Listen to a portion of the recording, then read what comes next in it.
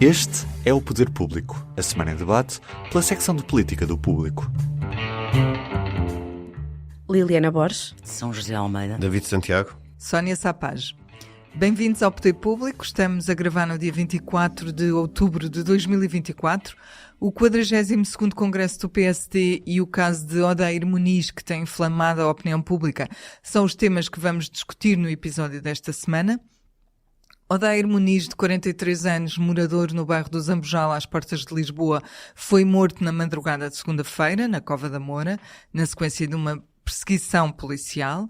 Luís Montenegro, líder do PS e do Governo, teve o seu primeiro congresso como primeiro-ministro e fez ajustes na direção do partido. São dois assuntos muito diferentes, cada um teve polémicas à sua maneira, mas vão-nos entreter nos próximos minutos.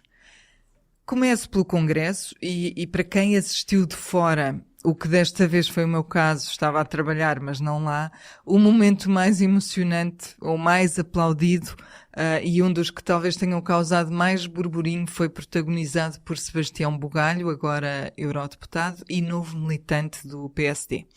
Estavas à espera desta surpresa? Foi de facto um momento que marcou o Congresso para quem lá esteve, Liliana?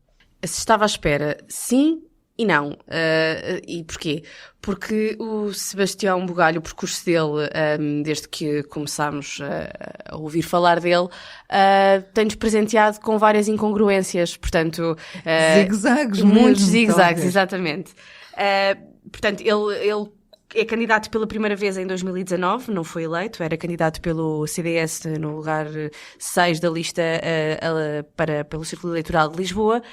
Em 2023, quando lhe foi perguntado se ele equacionava voltar à política, ele respondeu que isso seria um enorme disparate e era definitivamente uma porta fechada. Um ano depois, a cabeça da lista pela Aliança Democrática às eleições europeias. Em entrevista à Renascença e ao público, o Sebastião respondeu-nos que iria exercer o mandato de forma independente. Recentemente, o Observador disse que não lhe passaria pela cabeça ser militante porque as pessoas elegeram um independente e que esse independente não faria sentido tornar-se militante. E depois vimos que no sábado a primeira coisa que Luís Montenegro acena aos seus congressistas é temos Sebastião Bugalho como militante do PSD. Portanto, de Sebastião Bugalho eu já espero tudo e nada. Já percebi, portanto, não, seria uma surpresa, mas atendendo ao percurso que ele tem vindo a desenvolver... Não nos pode surpreender porque não é coerente. Depois foi um momento marcante no Congresso. Sim, e eu acho que isso também mostra que o Congresso foi de facto muito fraco e muito morno. Houve poucas figuras históricas do partido a mobilizarem a sala. Foi um congresso da minha perspectiva, teve poucos aplausos e poucos momentos em que a sala de facto se levantou entusiasmada com alguma coisa. Um desses momentos foi a presença de Sebastião Bugalho, num primeiro momento com o anúncio feito por Luís Montenegro e depois num segundo momento com o discurso de Sebastião Bugalho. Portanto, a sala levantou-se em poucos momentos e com poucas figuras, como disse. Contam-se pelos dedos de uma só mão as figuras que mobilizaram ou que levantaram o Congresso, tendo sido, obviamente, o líder do PSD e primeiro-ministro Luís Montenegro uma delas. Mas o mais aplaudido, curiosamente, e que levantou de facto a sala foi Carlos Moedas, como mais uma vez volta a acontecer isso e mostra que o partido tem ali uma espécie de reserva para o futuro, porque acredita nele. Carlos Moedas, só para concluir a lista, Leonor Beleza, Pedro Santana Lopes e Sebastião Bugalho. Não, mas sobretudo o Carlos Moedas foi, em termos de intervenção política, foi aquela que gerou mais só entusiasmo na Moedas sala. E o Bugalho é que falaram, os Sim, outros foram mencionados. exatamente. Mas é possível que Sebastião Bugalho tenha alguma ambição? E agora a pergunta é para quem quiser responder, claramente, ele pode negar às vezes que quiser, como Judas negou Jesus Cristo, mas obviamente que ele tem uma ambição política e clara que passa por São Bento, que passa por Belém. Eu acho que ele é bastante ambicioso politicamente. Eu ainda estava só na fase do PSD, passa pelo PSD. Não. Sim, mas olhando para a long road, eu lembro de ele já ter sido questionado até para Belém e ele dizer só ainda não porque não tem idade para isso. Vamos ver. Não... A ambição está toda lá. E parece-me também que tem apoio... Ele é popular. Embora o AD tenha perdido as europeias, não acho que tenha sido apenas e só por ter Sebastião Bugalho como cabeça de lista. Acho que ele está a crescer politicamente e no partido. Ele tem esse apoio e isso ficou claro. Obviamente não tem o apoio de Carlos Moedas, como o David dizia, e bem, não é essa dimensão de apoio, mas é bastante popular no partido, isso percebe-se. As pessoas gostam dele, dá para perceber isso. Ali uma certa reforçada ambição, não é? Sim, acredito que lhe afaga o ego, e ele parece ter um ego bem grande, mas claramente as pessoas no Congresso dos Congressistas, ele tinha proximidade com muitos congressistas, provavelmente de cor da campanha que fez recentemente, mas havia essa proximidade que não é normal para um independente, não é? Portanto, é alguém que andava já a cultivar também o partido para lá daquilo que seria normal num independente. Sim, de resto a Ana Gabriela Cabilhas, que foi também anunciada paralelamente, não teve toda a mesma atenção mediática, embora ela seja uma deputada neste momento na Assembleia da República, que é escolhida muitas vezes pelo PSD para momentos marcantes, como foi o discurso do 25 de Abril, que foi ela representante do PSD nessa intervenção, mas não tem de todo. Portanto, Sebastião Bugalho acabou por marcar o Congresso, não foi o único. O regresso de Leonor Beleza, como já disseste, que foi ex-ministra da Saúde, de Cavaco Silva, o regresso à política ativa, entrando para vice-presidente Luís Montenegro, que é um novo cargo, também foi surpreendente. São José, o que é que tu dizes desta nova direção do partido? O que é que eu digo? Eu fiquei muito positivamente surpreendida com a direção que Luís Montenegro apresentou e constituiu. Vamos por partes.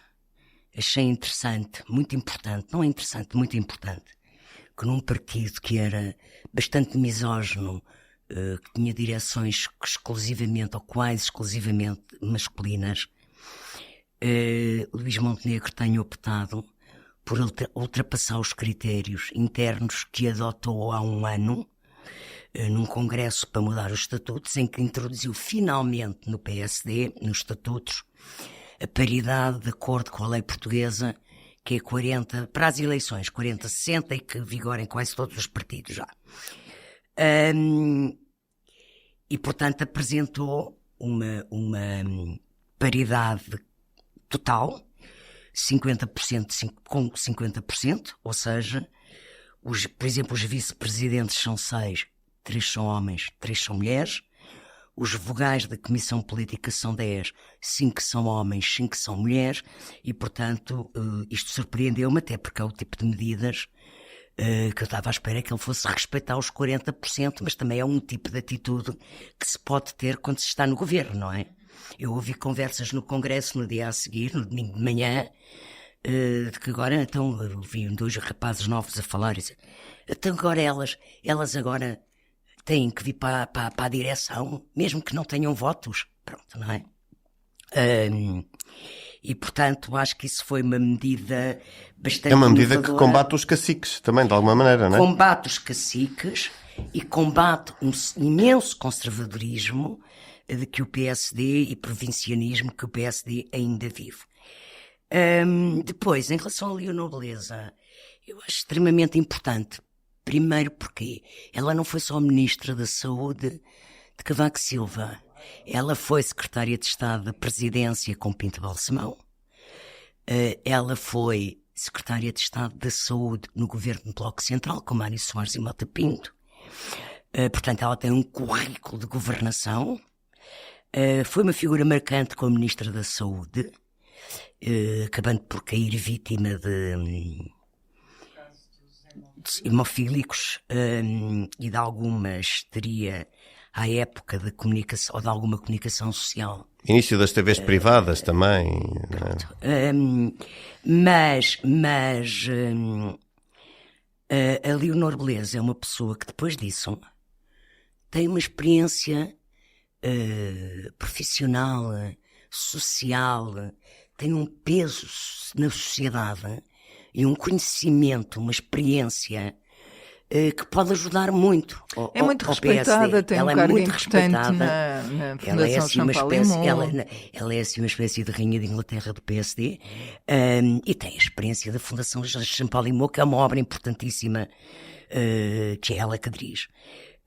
E penso que vai ser, gostaria de ser mosca para ir assistir às reuniões. Ela é uma pessoa que não falta a reuniões, nem faz reuniões por teleconferência.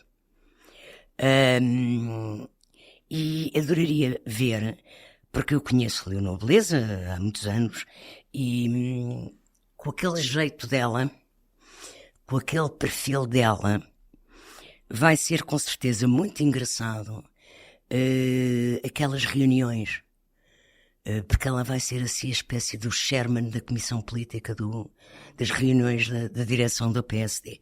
Acho isso bastante interessante e acho que pode dar grandes contributos até ao nível de estratégia, de concretização, e ela tem estado muito envolvida com esta direção de Montenegro desde o início. E, portanto, acho que é o culminar. Só uma coisa, há pessoas que fizeram leitura que é uma ponte para o cavaco e não sei o quê, não concordo nada com isso. O passado no cavaquismo de Leonor Beleza é com certeza uma parte importante ela não do pode seu ser currículo, resumida a isso, mas ela obviamente. não é um porta-voz nem um arauto do professor Cavaco Silva na política. É uma ponte para a social-democracia, provavelmente. David, já que te apanho aqui, no discurso de encerramento, tu escreveste sobre isso, Montenegro escolheu apresentar 7 medidas, 7 para mudar o rumo do país. Pedro Nuno Santos disse que o PSD se coligou com as ideias do Chega. Isto fez algum sentido para ti, que lá estiveste e analisaste? Eu percebo a crítica, mas eu acho que neste momento é exagerado estar a fazer essa interpretação. Porque, e vamos por partes, tal como a Sônia já dividiu há pouco, mas acho que neste caso vale a pena porque há aqui várias questões em apreço, que é, de facto, se a ideia de soltar a disciplina de cidadania das amarras ideológicas, acho que foi essa a expressão que ele utilizou, e seja lá o que isso for, porque na verdade também ainda ninguém explicou em concreto do que é que se trata, portanto o Ministro preciso da perceber... Educação explicou no dia a seguir, parece uma coisa perfeitamente normal que seja feita. Exatamente, portanto é preciso perceber melhor depois no Estão concreto. Em estudo todos os currículos Temos que ver em concreto depois o que é que se escolas, trata, porque há quem diga que é um currículo demasiado abrangente e que cada professor tem demasiada autonomia na forma como leciona, mas também já vi professores defender que isso não é verdade, portanto eu preferia não falar muito até porque eu não domino o assunto. Não, eu apenas disse que o Ministro explicou. Eu sei, eu não estou a falar... Todos os programas escolares estão a ser avaliados.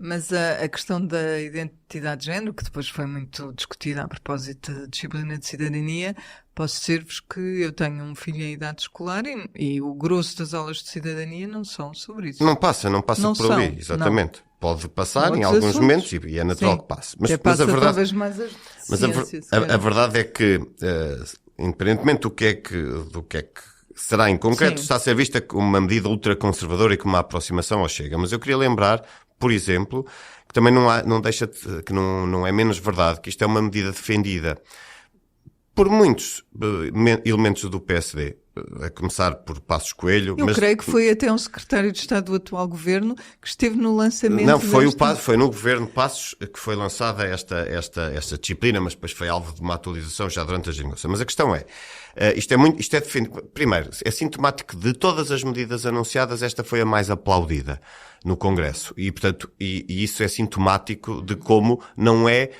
o eleitorado do Chega que está aqui em apreço apenas. Também há eleitorado social-democrata, sobretudo, há muito eleitorado que se revê nisto. Depois há também o CDS, porque também é uma medida defendida pelo CDS. Mas o CDS não estava lá, não é?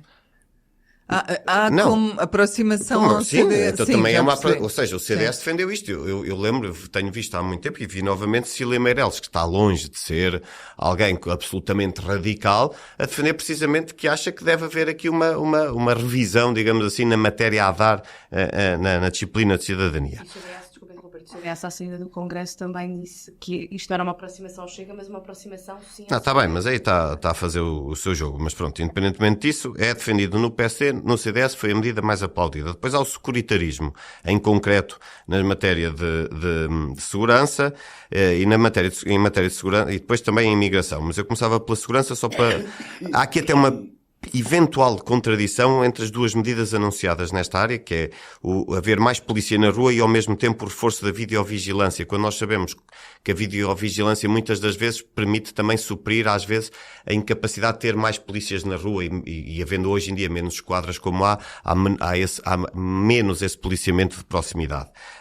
Mas pronto, é preciso ver. E depois é preciso também perceber em concreto como é que vai atuar a tal equipa multiforças entre a PSP, GNR, PJ, ASAI, a ACT e a Autoridade Tributária. Ou seja, é preciso uma coordenação brutal entre estas forças, quando nós bem sabemos, o caso Tancos é um exemplo, mas há inúmeros, de como falta coordenação normalmente entre as forças de segurança que competem entre elas precisamente para ver quem é que consegue Sim, mas fazer... olha que já em vários momentos houve multiforças em ação. Sim. Aliás, neste momento, este caso dos motins... Sim, sim.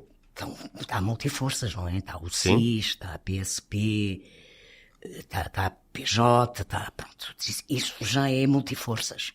Ok. Ainda assim, eu mantenho, mesmo sem multiforças, há dificuldade de coordenação entre as forças. Ora, havendo tantas forças envolvidas, eu tenho dúvidas. É preciso perceber como é que isto vai funcionar. E depois isto será coordenado pelo Sistema de Segurança Interna, que nós sabemos tem um líder a prazo, como nós sabemos. Há de ter um líder nomeado. Não, está nomeado. Neste momento há um, mas que é transitório. Foi isso que foi explicado na altura. E fomos nós, o público noticiou, e na altura a ideia do Governo era no final de setembro ter um substituto. Já estamos no final de outubro, ainda não há novidades. Já na imigração, vai ser preciso ver como é que vão funcionar os centros de instalação temporária no Porto e em Lisboa, mas é certo que é uma medida que também é muito aproximada daquilo que vem sendo feito noutros países europeus. E, portanto, nesse sentido, custa-me dizer que é mimetizar. Ou seja, eu acho que mais do que estar a copiar ou a mimetizar as políticas do Chega, o que o Luís Montenegro está a fazer, e foi isso que eu escrevi, é aquilo que faz um líder normalmente, sobretudo quando está no poder de um catch-all party, ou seja, que é um partido que tenta chegar ao máximo de eleitorados possível. Tu escreveste isso, aliás. Sim, exatamente. Ou seja, a lógica é precisamente essa. Um catch-all party tem como objetivo, às vezes, a que isto não é fácil dizer, mas, ou seja, retirar a ideologia do discurso e tentar ser pragmático e ir ao máximo de eleitorados possível. E há líderes que já fizeram isso. Foi uma coisa que o PST sempre fez, exatamente, porque é o partido com menor marca, com um carimbo ideológico menos concreto, ou seja, tem várias tendências, sempre teve várias tendências, e portanto é mais do que normal que ele tente preencher os vazios políticos que vinham sendo ocupados nos últimos anos pelo Chega. E, portanto, fazer a política tem horror ao vazio. E nós, quando deixámos estes vazios, o Chega capitalizou muito eleitorado que ele está a tentar recuperar, não tenho dúvidas, mas nós não nos podemos esquecer que Montenegro também anunciou o reforço dos apoios às vítimas de violência doméstica, que é uma medida mais tendencialmente esquerda, que é uma medida de proximidade do governo de António Costa, que ele anunciou como sua, mas que tem a ver com os medicamentos hospitalares poderem ser levantados nas farmácias de proximidade. E, portanto, ou seja, Montenegro foi à esquerda, à direita, foi até ao centro, quando pensamos naquela lógica mais reformista, se quisermos, por causa da reestruturação da área metropolitana de Lisboa. E, portanto, eu acho que o objetivo dele aqui foi chegar ao máximo de eleitores. Se isso é copiar o Chega, eu acho que é mais do que isso, sinceramente. E acho que é um pouco redutor dizermos apenas essa ideia. Obviamente que eu percebo que Pedro Nuno Santos o tenha dito, mas acho que é redutor. Eu mudo agora de assunto para o caso de Odair Muniz, que foi alvejado mortalmente por um agente da PSP na segunda-feira, após uma perseguição policial. É um caso em que ainda há muita coisa por esclarecer e que tem sido tomado por dois discursos completamente polarizados, sem ponderação. Marcelo Rebelo de Sousa fez questão de emitir uma nota depois dos distúrbios da primeira noite, em reação, dizendo que a sociedade portuguesa é genericamente pacífica e tentando evitar que se entre numa escalada de violência. Entretanto, já houve outra noite e houve mais alguma violência. Liliana, Luís Montenegro também reagiu, disse ontem que não podemos tolerar de forma nenhuma a violência, admitiu endurecer a contenção policial e defendeu a polícia ao dizer que as forças de segurança atuam sempre no quadro da legalidade. O que eu te pergunto é se para ti o Primeiro-Ministro disse o que lhe competia para picar o balão e esvaziar esta pressão, sim ou não? Eu diria que sim, na linha também do que disse Marcelo Rebelo de Sousa, e eu acho que Luís Montenegro disse outra frase que também é importante, que é as pessoas devem, aqui cito, colocar as suas preocupações e revoltas ao poder político.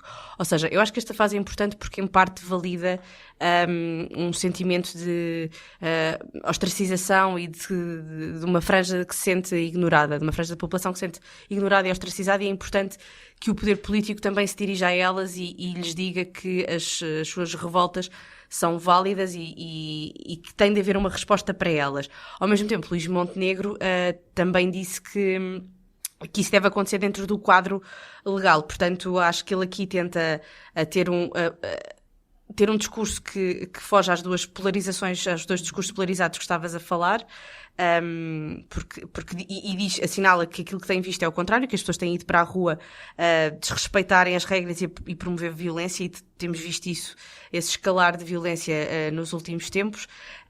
Eu gostava também de acrescentar uma nota para a reflexão, que era aquilo que o David estava a dizer há pouco. Isto acontece por acaso pouco depois de um congresso que foi virado para um discurso que apelava ao reforço da segurança interna.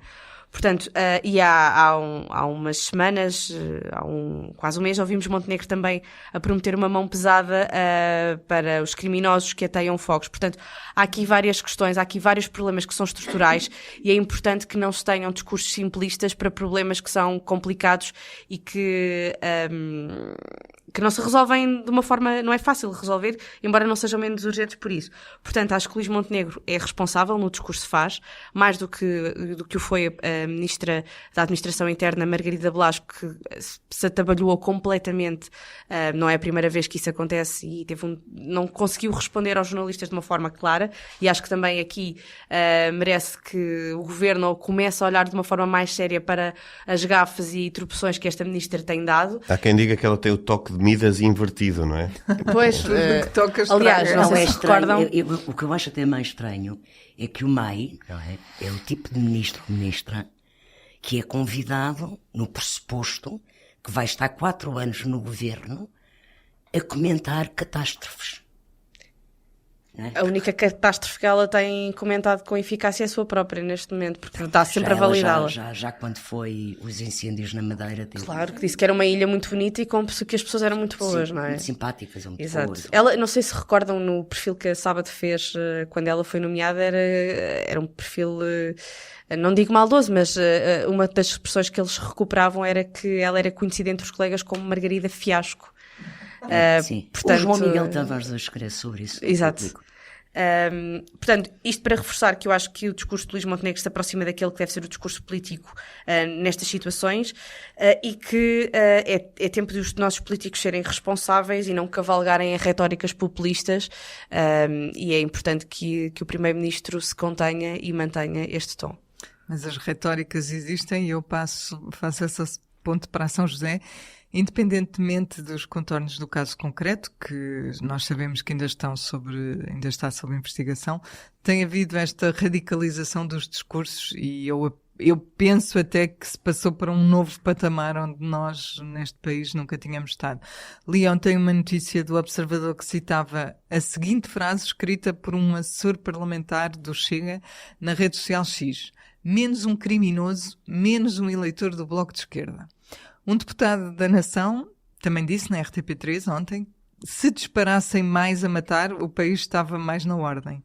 São José, estes comentários podem ser muito normais num país que não é Portugal, Brasil, Estados Unidos, enfim, mas em Portugal são uma novidade. Eles normais não serão em parte nenhuma. Podem ser sim, mais comuns. Mais comuns, exatamente. São mais comuns noutros países. Como é que tu vês este tipo de discurso em Portugal? Também achas que é uma novidade ou nem por isso? Isto é uma coisa que tem vindo em crescendo, não é? A radicalização do discurso político nos extremos tem vindo em crescendo. E num caso com esta gravidade que envolve a morte de um cidadão, nas circunstâncias em que foi, esse extremismo salta à tona, não é? Quer dizer, nós tivemos logo no dia a seguir o Dr. André Ventura, líder do Chega, a dizer que não devíamos constituir este homem arguido, portanto este homem é o jovem polícia que disparou, para depois a seguir defender que se devia, abro aspas, agradecer e condecorar, fecho aspas. Pronto, quando ainda está a ser aberto um inquérito, quando o Estado de Direito em Portugal funciona normalmente, quando as forças de segurança têm regras e procedimentos que têm que ser investigados, se foram cumpridos, se não foram cumpridos. Não é normal que o discurso político comece a tirar conclusões completamente inquinadas, completamente disparatadas, Não é normal, mas há uma normalização deste tipo de discurso pronto, nas não democracias. É normal, mas deixa-me acabar. O que Eu tem deixo. havido é essa radicalização do discurso político nos extremos, que neste caso também aconteceu com o Bloco de Esquerda. A forma como no debate parlamentar de ontem, ou quarta-feira, Mariana Mortágua insistiu em que a PSP tinha invadido a casa da família da pessoa que foi morta, levando uma agressividade contra a PSP. Parece que toda a gente, mesmo que um agente da PSP tenha cometido erros que estão a ser investigados, vamos ver se cometeu ou não, isso não é generalizável à PSP. Mas aí são dois temas diferentes. Espera, está bem, mas São dois temas também diferentes. é uma radicalização da parte dela, porque ela ainda não se sabe o que é que tinha acontecido, com base em reportagens de televisão, radicaliza o discurso sobre a violência policial. Não estou a dizer que não há violência, nem racismo na polícia, mas há uma radicalização, uma subida do tom da discussão, que eu acho que é péssimo, porque depois ontem, na conferência de imprensa da PSP, nem sequer foi uma grande conferência de imprensa, mas há coisas que ficaram esclarecidas, ficou a saber-se que aqueles polícias tinham acompanhado uma equipe de bombeiros, que tinham ido socorrer uma criança, e o prédio era perto ou em frente ao prédio do Odair Muniz, e que estava a família e estava muita gente à porta. E a polícia pediu, porque havia distúrbios no bairro, procurou que as pessoas entrassem dentro do prédio. Pronto, daí achar que isto é violência policial. É que muito exagero, há aqui uma radicalização. Mas há uma diferença entre acusar a polícia de violência policial e dizer-se que se devia condecorar um polícia por... Eu não estou a querer fazer juízos de valor. Ontem o debate foi bastante intenso, é verdade. Eu ouvi partes do debate na rádio, portanto admito que tenham escolhido as partes mais picantes, mas quando ouvi também achei que foi muito intenso. Sim. Foi... E é esse tom. Agora, são tons... Não, mas a questão é que se refere a Mariana Mortágua. Mortágua, há um vídeo, de facto, também, que mostra a forma como a polícia entrou na casa dele. Ou seja, são dois momentos diferentes. Um momento é o momento em que ele é vítima Alvejado. mortal. Outro momento é, já na casa da família dele, a forma como a polícia entrou. Aparentemente, nós não conhecemos a história toda. Não estou a dizer que não possa haver aí alguma conclusão precipitada, mas as imagens, aquilo que mostram é um aparente uso excessivo da força na forma como entraram nessa casa. Sim, mas como eu ainda não vi nenhum relatório oficial sobre o assunto, Mas acho viu que o os vídeo? partidos políticos... Viu o vídeo? Mas o que eu estou a dizer é que os partidos políticos deviam ter o bom senso de não radicalizar estes momentos. E isso está a acontecer mais uma vez. E de forma, então, da parte eu estava a dizer que não fazia juízos de valor, mas de facto, a declaração de André Ventura logo no dia a seguir, a dizer que é condecorar uma pessoa que matou outra, por mais que possa ter sido em legítima defesa, que não se sabe ainda, pronto, não é? Ele podia ser condecorado se com isso salvasse não sei quantas vidas. A questão é, à partida, o que o polícia devia ter feito era atirar de forma a incapacitar a outra pessoa, neste caso a vítima ou o agressor, ou seja o que for, o Odair Mas que eu não queria ir para o caso concreto, porque eu acho que há tanta coisa ainda por saber. Sim, mas nunca se condecora. Não, mas podemos não... ir a este caso concreto para dizer uma coisa. Não é normal condecorar, mas não é normal condecorar quando acontece. É normal condecorar mesmo que matasse, quando com isso salvou não sei quantas vidas. Sim, mas não é o contexto. Não é o contexto. Não é o contexto. Não é o contexto.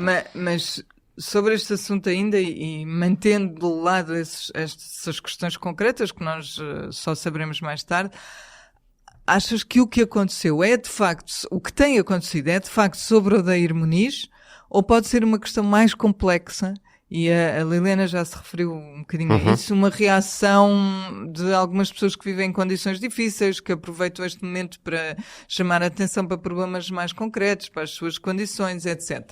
Eu acho que é pelas duas razões, ou seja, porque elas cruzam-se e alimentam-se mutuamente, porque nós sabemos que neste tipo de bairros as forças de segurança atuam muitas das vezes com base em preconceitos.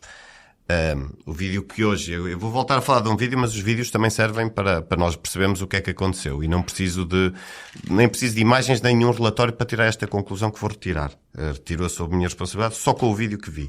É um vídeo que circulou hoje nas televisões que mostra a forma exageradamente agressiva como automobilistas são mandados parar ali na zona da Cova da Moura.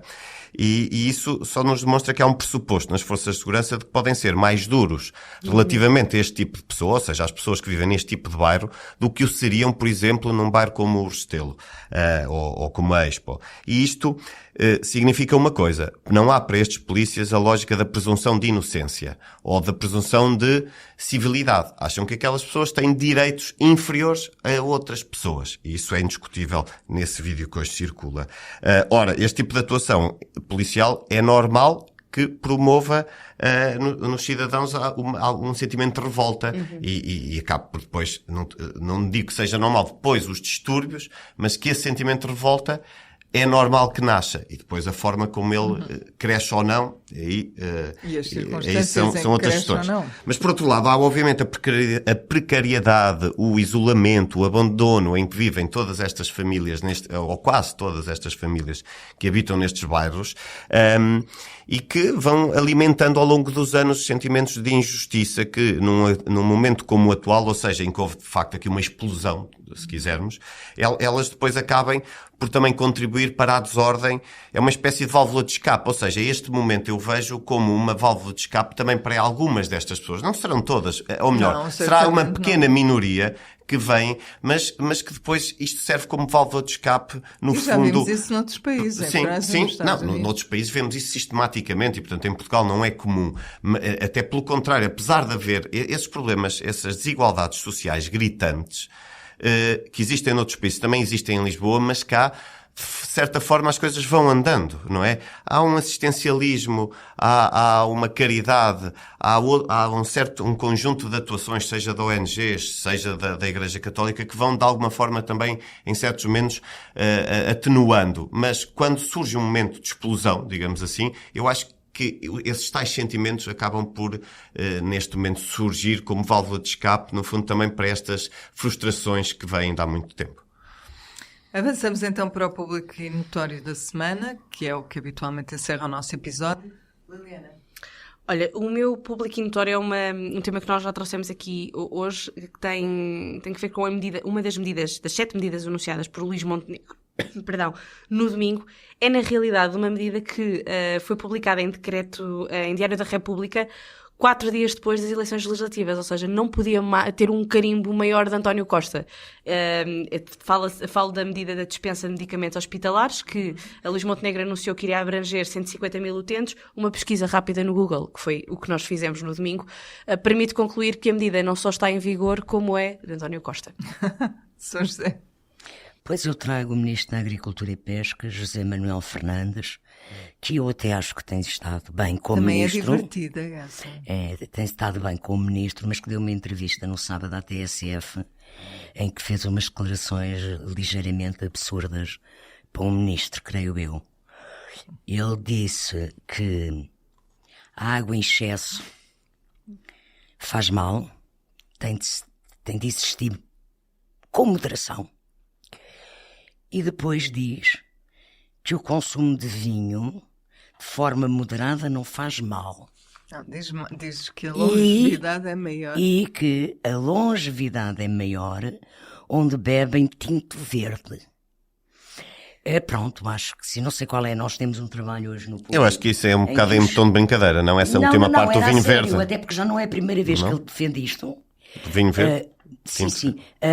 E nós temos um trabalho no público hoje, uma magnólia, 2 páginas, precisamente com pessoas especialistas a comentarem as declarações e a desconstruir como isto não tem nenhuma base real para ser defendido. Mas está bem, pronto. Eu também cresci a ouvir dizer que o vinho dava Fazia de bem, comer, copinho. não, dava de comer a 1 milhão de portugueses. O meu E pai dava, comeu muitas sopas de cavalo cansado. e dava de comer a 1 milhão de portugueses, porque havia muita gente que trabalhava na produção agrícola Claro. do vinho, e portanto era o trabalho deles. E também havia muita gente que bebia. Portanto, David, faltas tu.